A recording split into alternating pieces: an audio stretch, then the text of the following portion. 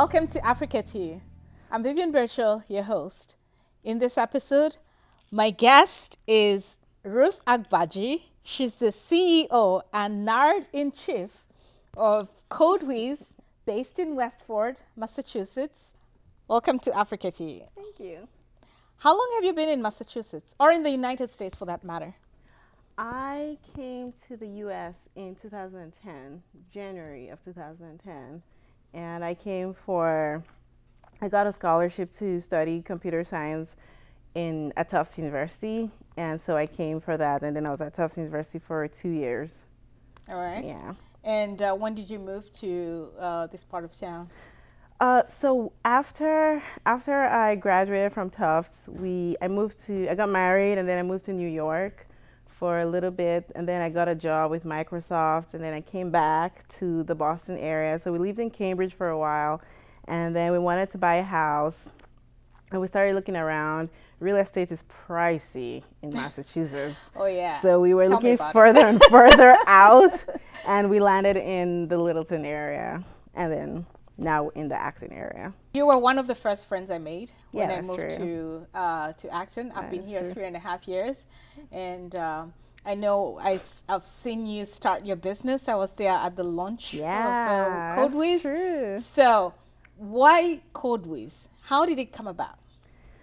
So, okay, I've always had a passion for working with kids, and I've always had a passion for business.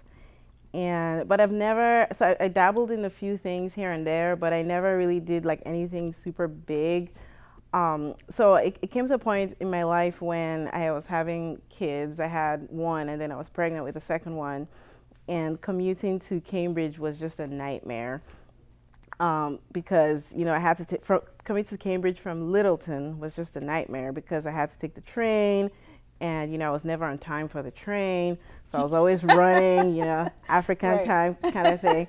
Um, so it just became really, really hard, and I was also not finding a lot of fulfillment in my work. So I decided that I wanted to, do something that would give me a lot of flexibility and at the same time let me pursue my entrepreneurial side. Right. And so I started to think, I looked at 7-Eleven, I looked at McDonald's, not like I had the money for it, but I just looked at it. Dreaming. Dreaming, yeah, you gotta dream big. So, I really want to do something that would use my software engineering skills and something that also high impact working with kids. And so I thought, why not just do like an after school coding for kids program, and Codewiz was born. Yeah, I remember when you were launching, I had a dream to start something. Mine never kicked off per se, but I'm proud to see that yours has kicked off, and I really appreciate the challenges, you sharing the challenges you face with babysitting. That's how Africa to You started. Oh.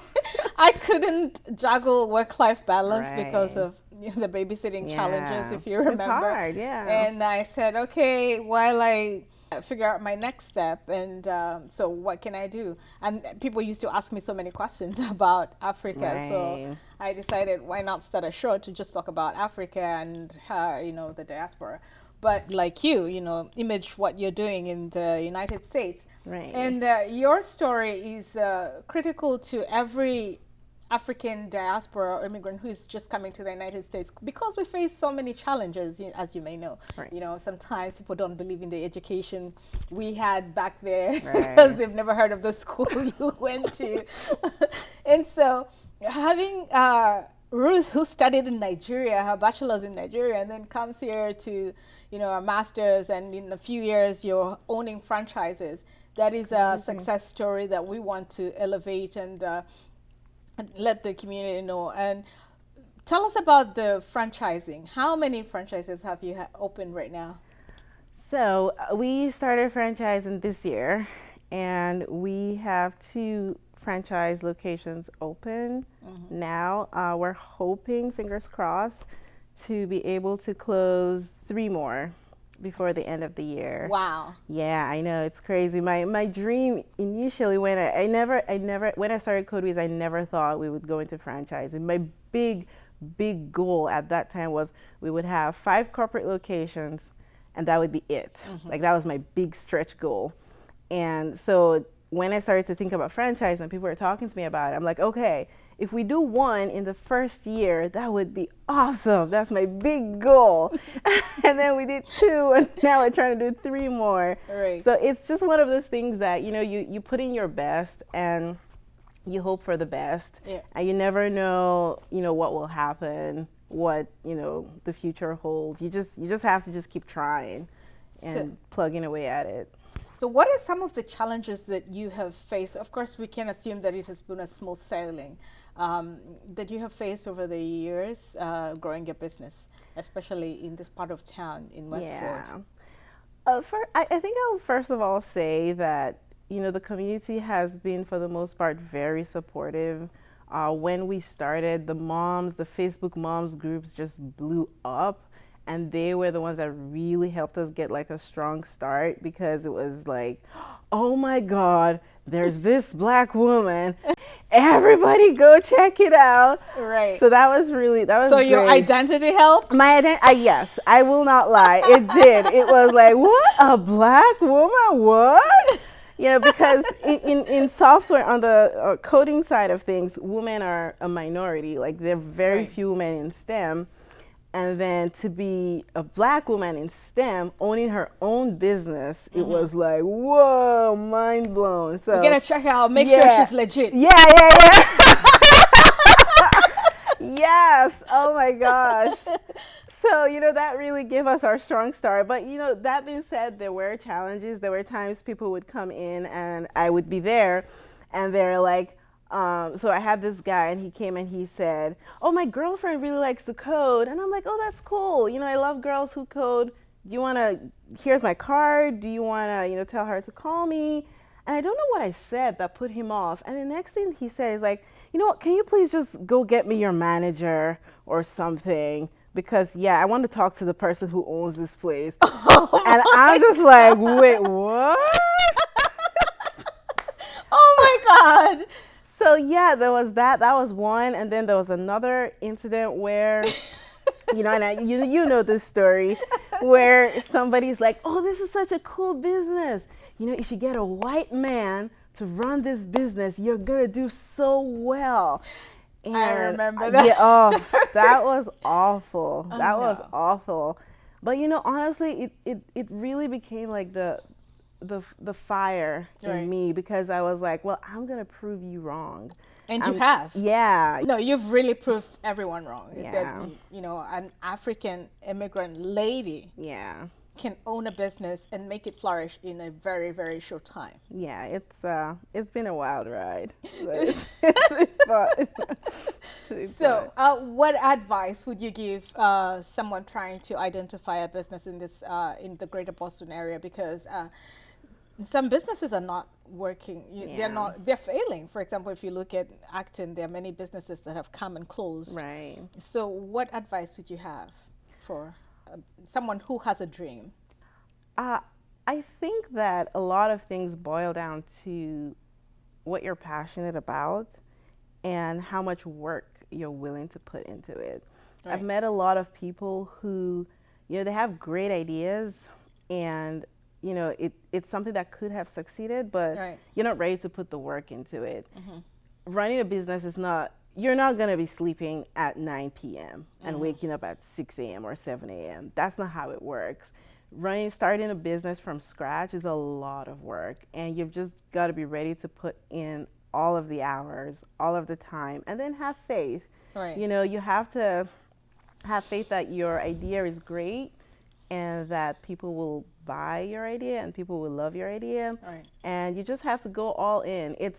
I also find that sometimes when you're like 1 foot on the cliff and 1 foot dangling over the cliff, it just doesn't work. You just have to jump in and, do your math, of course. Not saying to not saying with the dream and not saying go sell your house and just do anything. Do your math, make a business plan, and talk to people that have been there, that have run their own business. And if it seems like it's a good idea and it could be successful, then just jump in and go for it, and hope and pray for the best. And of course, I have to ask you this: why did you choose the Westford location? Why not Acton, for example? Uh, Acton, at that time, Acton didn't have a spot. yeah. I wanted to do Acton actually, but there was just nothing that I really, really liked around here. I really wanted the location to portray, hip, young, fresh, modern. Sorry. Oh my gosh, you're breaking my heart here. What are you trying to say, that we in Acton are not fresh and young and hip? I mean, Westford, I don't know. Westford's not going to pay me for this, but Westford has a lot of new development. Like, there's a lot of new development that's coming to the Cornerstone Square is it's amazing. The traffic there is crazy awesome. Right. We don't have to do a lot of ads just because people are constantly walking in front of our doors. Right. But Acton is awesome. We live here, so we really like it. I know. It just didn't quite work out. Right. I mean, it's business, and for anyone who is starting a business, I guess what you're trying to say is location is everything. Location is everything. Location is everything. You can save money on rent and be in some, cheap place, but if nobody sees you, nobody knows you're there, then that becomes a whole different problem altogether. Right. So yeah, location is, and I guess it also depends on the kind of business. If say you own a cleaning business where you just need an office space and you're going to people's houses, then location might not be, important. But if you have like a really cool logo, like our Blueface guy. Oh. Did I just say that on national TV? On TV? Yeah, I'm national TV. Amen to that. Amen to that. National TV. It's coming right up. So, girls got a dream. Girls got a dream. It all starts with a dream. Right. I and this is a little off topic, but I've always, right from college, I've always believed in having a vision and running with it. Right. So when I was in college, I knew I wanted to come to the U.S. And so I had a picture of New York right by my bed, by my pillow. Really? And yes, every night I would face the picture and I would sleep off looking at the picture because I always said, I'm going to the U.S. one day. I'm going to the U.S. one day, and I'm going to do any and everything that is in my power that's legal to get to the, the U.S. Legal. So, it really just starts with a dream. Right. In my home office, I have like a vision board, and it's like year 1, year 2, year 3, this is where I want to be.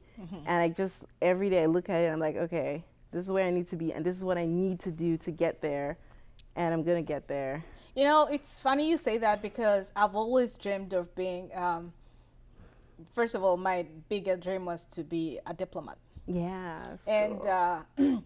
I started with aspiring to be a country diplomat to becoming an international diplomat. And of course, since then, there's been so many detours. But and also, in addition to that, to be part of, to do a lot of PR and community engagement. And that's the other thing that led me to Africa to You.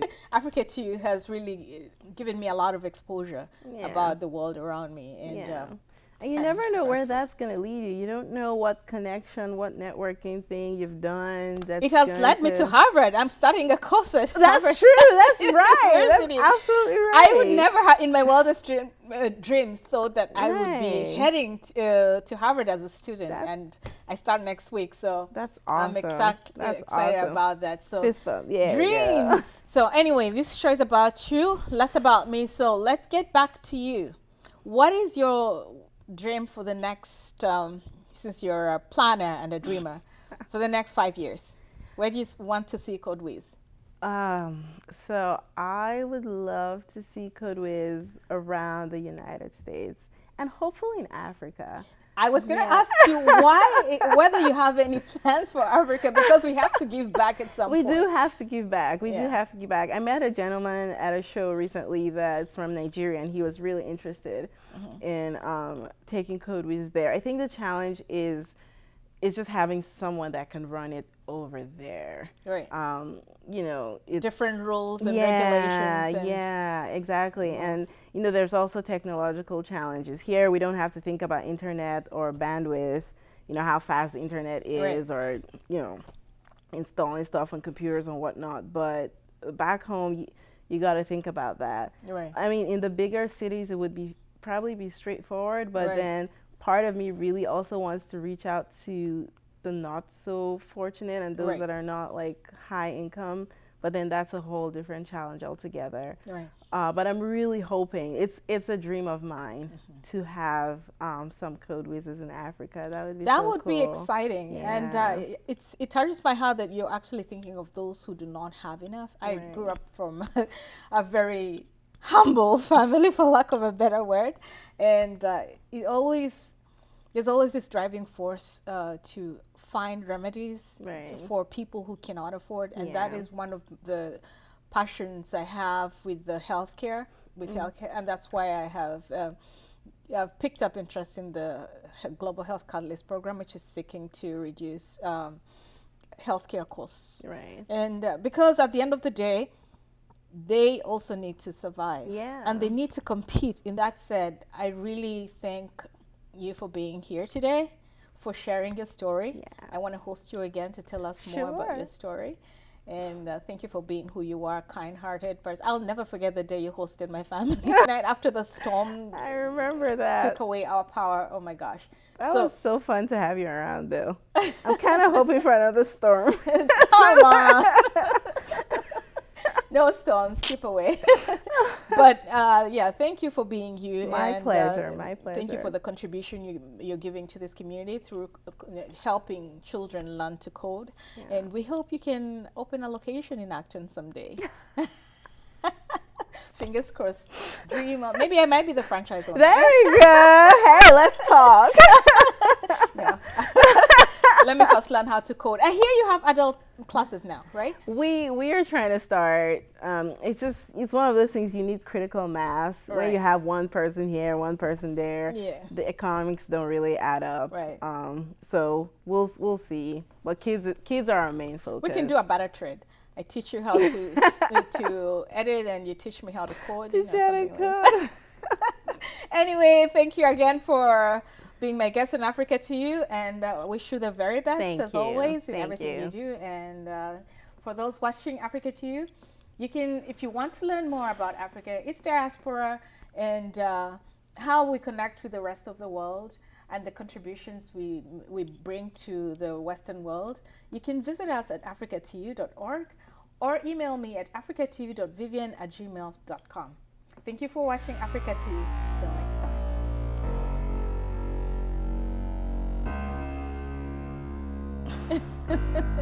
I would say, wait, she said I can say,